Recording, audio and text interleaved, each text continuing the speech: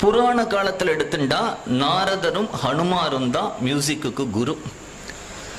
மியூசிக்கு ரெண்டு school of thoughts உண்டு. ஒன்று நாரத மதம், இன்னொன்று ஹனுமத் மதம் அப்படின்னு பேர். ஹனுமாரும் இசையில ரொம்ப நிபுணர், நாரதரும் இசையில ரொம்ப நிபுணர்.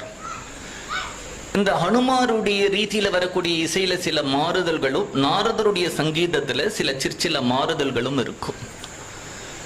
இசை அப்படிங்கிறதுனாலேயே நமக்கு என்ன தெரியறது அப்படின்னுட்டா, நம்ம கிட்ட யாராவது ஒரு விஷயத்த சொல்லி அவரை கன்வின்ஸ் பண்ணும் பொழுது தூய தமிழா இருந்தா அவர் இசைந்து விட்டாரா அப்படின்னா சம்மதம் கொடுத்துட்டாரா, வெதர் he has convinced அப்படின்னு அர்த்தம்.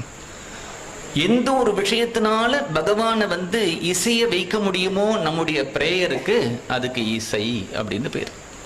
ஈதல் இசைப்பட வாழ்தல் அப்படின்னு சொல்றோம். அப்ப இசைக்கு பகவான் மயங்கர